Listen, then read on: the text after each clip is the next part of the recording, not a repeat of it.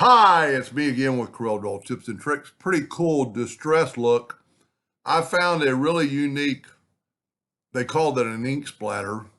And if you can see, it's a bitmap bounding box. I traced it traced it great.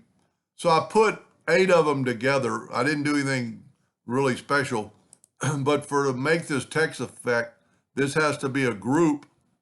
And then let's make the text red just so we can see it. And you want to make sure it's on top and we can see it, so it's on top. So I'm going to select, you can see we got 2 objects selected. We're going to go to intersect.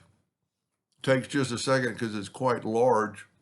And then move that out of the way. And then you could make that any color you want. And I'm going to save that. This is the best paint splatter I've ever really seen.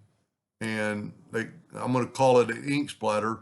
If you'd like to have it in the trace version, just let me know. I'll put my email at the bottom of this video and just email me and say you'd like to have it.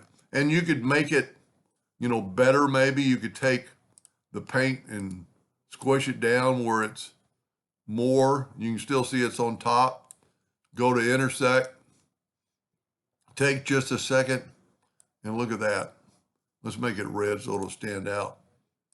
So it's got a little more distressed look.